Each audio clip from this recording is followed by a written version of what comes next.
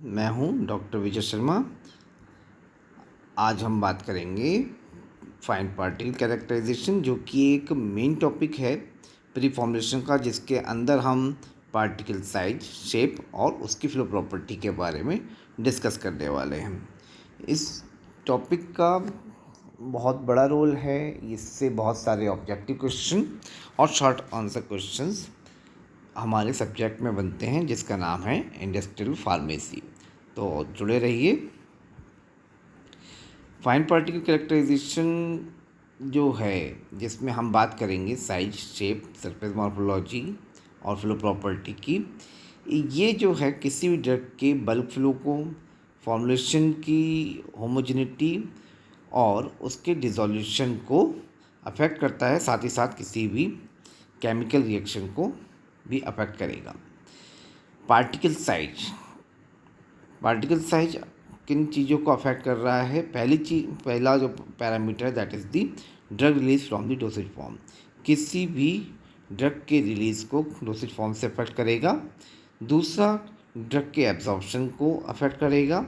तीसरा, जब ड्रग का रिलीज और एब्जॉर्प्शन अफेक्ट हो रहा है, इट मीन्स उसका थेराप्यूटिक एक्शन भी ऑटोमेटिकली अफेक्ट होगा। साथ ही साथ फिज़िकल स्टेबिलिटी किसी भी डोसेज फॉर्म की वो अफेक्ट हो सकती है by the fine particle characterisation, जैसे कि सस्पेंशन इमल्शन में हो सकता है।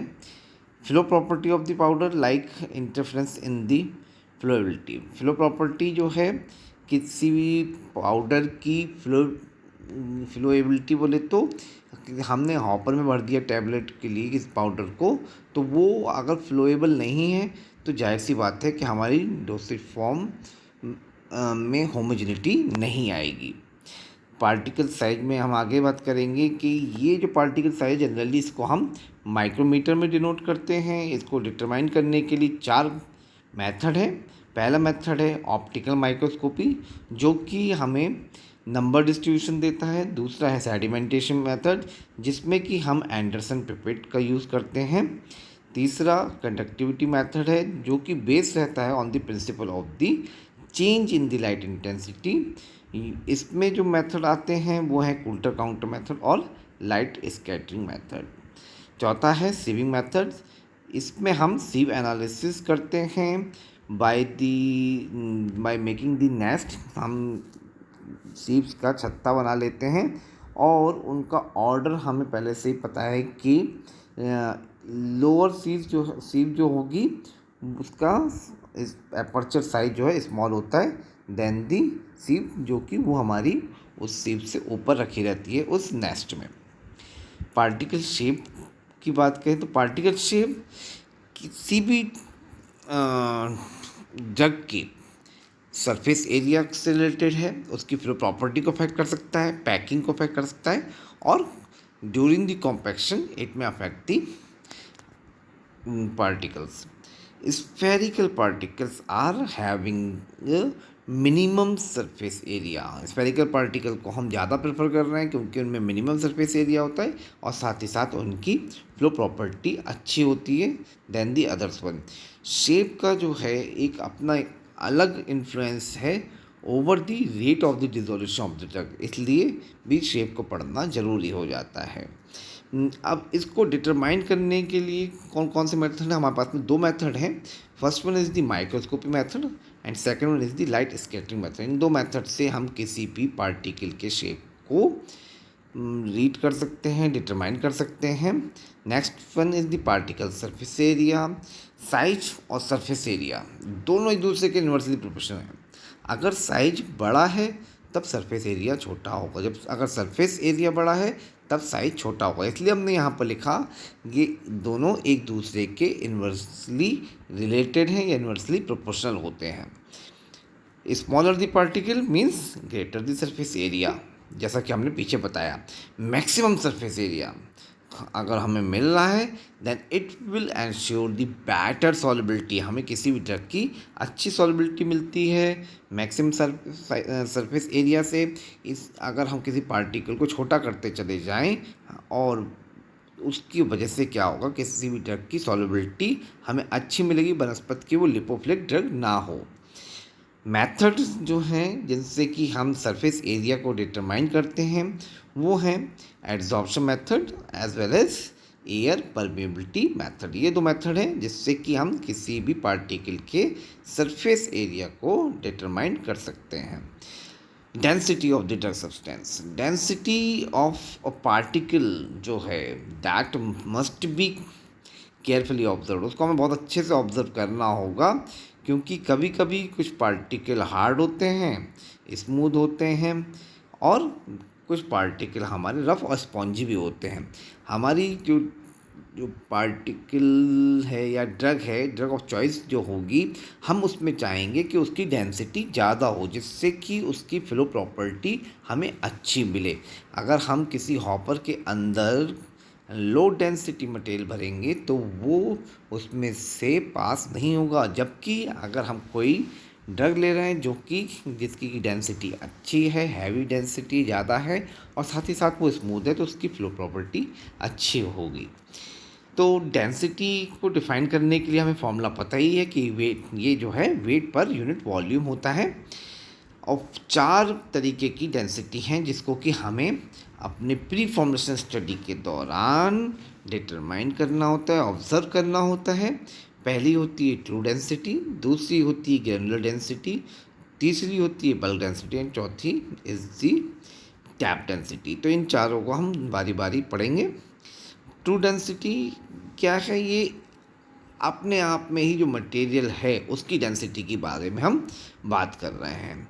इसको डिटरमाइन करने के लिए फॉर्मूला है true density is equal to powder drug divided by the true volume. हमने पाउडर ड्रग लिया हुआ है, उसमें अगर हम क्या करें, कोई ड्रग लें और ड्रग लेने के बाद में मैजिक सिलेंडर के अंदर भर दें और उनके बीच में किसी भी तरीके की गैपिंग ना हो, तब के केस में उसकी डेंसिटी को हम बोलते हैं ट्रू डेंसिटी। इसको पता करने के लिए क्या है कि आपने लिया मैजिक सिलेंडर के अंदर, आपने ड्रग डाल दी, ड्रग डालने के बाद में उसको आपने टैपिंग करी, और जो वॉल्यूम पहले था वही वॉल्यूम अगर उसका रहता है तो इट मीन्स कि हम जो डिटरमाइन कर रहे हैं that is the true density. हालांकि ऐसा रेयरेस्ट ही मिलता है, कुछ ना कुछ वाइड स्पेस पार्टिकल्स के अंदर रहती ही है।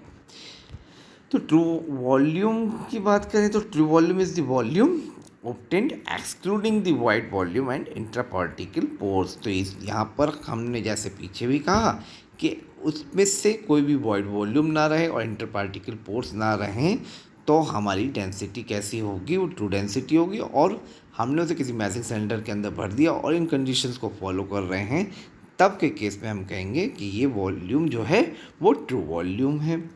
इट कैन बी मेजर्ड, इसको हम मेजर्ड कैसे करेंगे? इसको मेजर्ड करने के 2 मेथड हैं।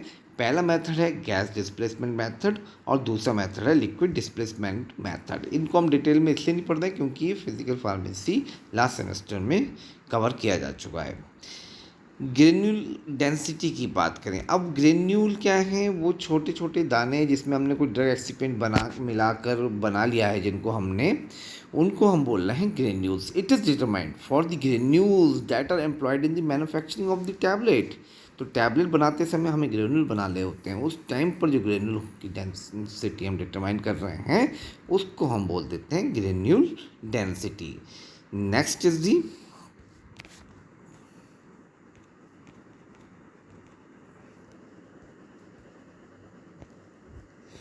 granule density is equal to the granule weight divided by granule volume। Grain density जो है मेज़र करी जाती है using the mercury displacement method से। इस next third density is the bulk density. इस बल्क डेंसिटी में क्या करा हमने? पाउडर लिया, पाउडर लेने के बाद में आपने एक मैजिक सिलेंडर के अंदर भर दिया। जितने ग्राम पाउडर लिया हुआ था उस और जो वॉल्यूम आपको मैजिक सिलेंडर का दिख रहा है, इसको हम अगर कंसिडर करें तो जो डेंसिटी निकल कर आएगी that will be the bulk density. इसीलिए हमने यहाँ पर कहा कि it is defined as the mass of the powder divided by the bulk volume. अब फॉर्मूला इसके लिए है bulk density is equal to bulk weight divided by bulk volume. Next इसमें जो बात करेंगे, ये जो बल्क डेंसिटी है वो इंडिकेट कर रही है कि उनके बीच में हमने पोर्स लिए हुए, वॉइड लिए हुए, उनको हमने एक्सक्लूड नहीं किया हुआ है। तब के केस में हम बोल रहे हैं कि ये डेंसिटी जो है बल्क डेंसिटी कहलाएगी, यानी कि हमने पाउडर लेकर सिलेंडर के अंदर भर दिया एज इट इज़ और कोई टैपिंग नहीं करी है, उसके बीच में कुछ ना कुछ हवा भरी रहेगी, कुछ ना कुछ इंटर पार्टिकुलर गैपिंग रहेगी, उसकी वजह से यहाँ पर जो वॉल्यूम कहलाएगा that will be the bulk volume. Tap density क्या है? It is the ratio of the मास। हमने क्या करा, अब जो भर रखा पाउडर उसको टैप कर दिया। अब टैपिंग करने के बाद में हम टैप करते रहे और एक लिमिट ऐसी आई कि उसका वॉल्यूम कम होना बंद हो गया। तब के केस में हमने मास लिया जो था, जितना वेट लिया था उस वेट को अब इस टैप करे हुए वॉल्यूम को नोट कर लेंगे, तब जो हमारी डेंसिटी निकल के आएगी उसको हम टैप डेंसिटी बोल देंगे। It is the ratio of the mass of the powder to the volume occupied by the powder after it has been tapped for a definite period of time। इसके लिए जो फॉर्मूला लगेगा, tap density is equal to weight of powder divided by the tapped volume. Now we will discuss about the flow property. Flow property किसी भी drug की affect कर सकती है नंबर ऑफ द फैक्टर्स, जैसे कि changes in the particle size.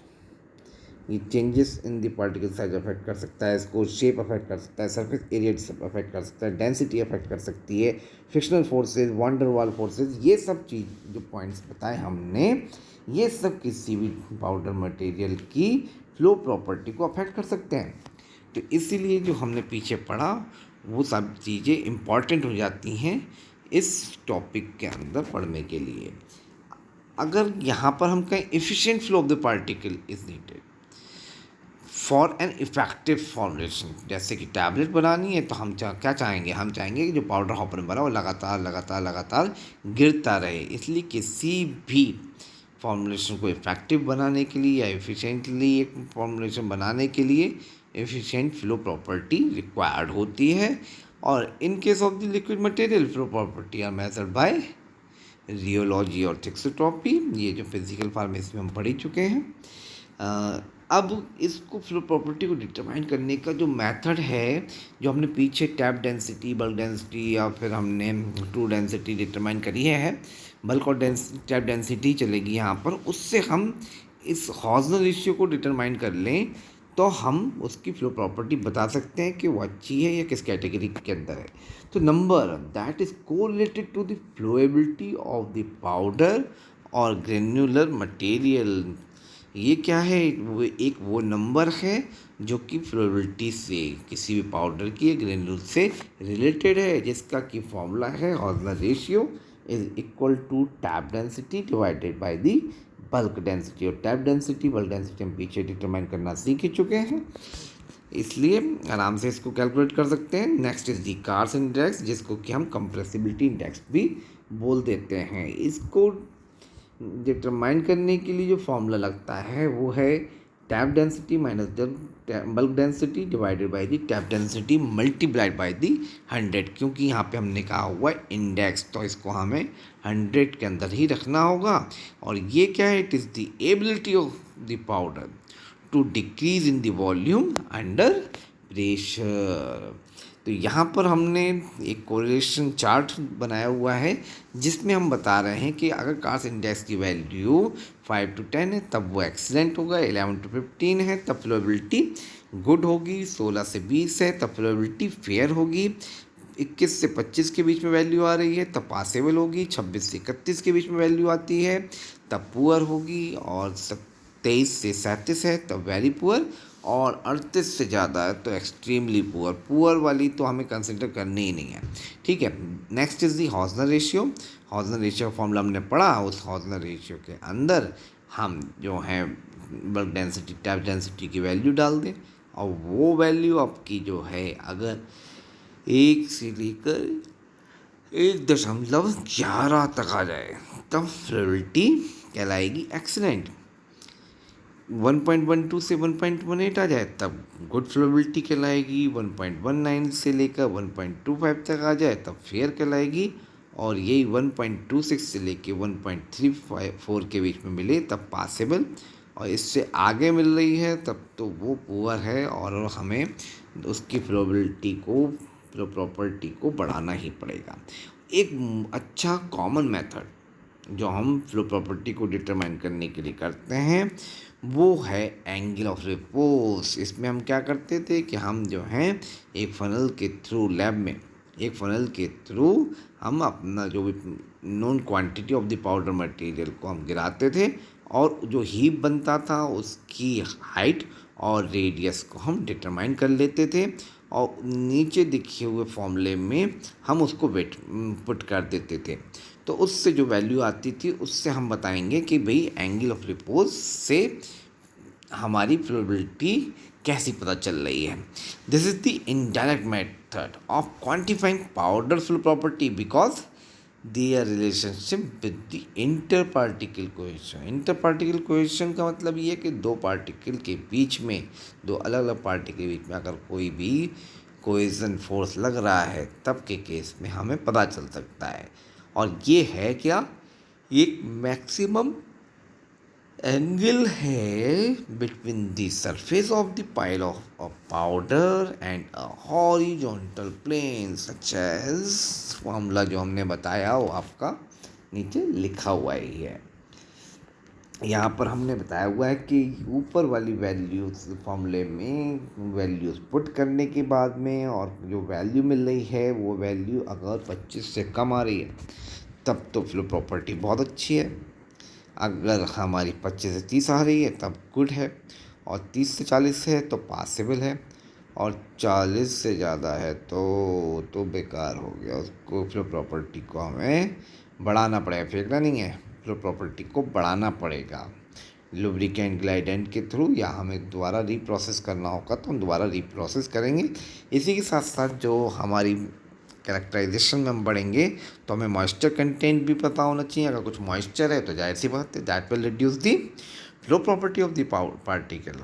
और अगर नेचर ऑफ पार्टिकल की बात करें तो हम चाहेंगे कि कोर्स और फाइन पार्टिकल्स जो हैं ये एक अच्छी फ्लो प्रॉपर्टी दिखा सकते हैं और इसीलिए कुछ जब ग्रेन्यूल बना रहे होते हैं या ग्रेन्यूल हम हॉपर में डाल रहे होते हैं तो हम कोशिश करते हैं कि उसमें कुछ पाउडर मटेरियल ऐड कर दें। This is all about the today's topic. These are the references जो कि हमने यूज़ करे थे जहाँ से हमने कुछ अपना कंटेंट उठाया है। And thank you all, thank you very much. और मैं चाहूँगा कि इस वीडियो को आप अच्छे से देखें और इसी से आपके सारे नोट्स आसानी से बन सकते हैं।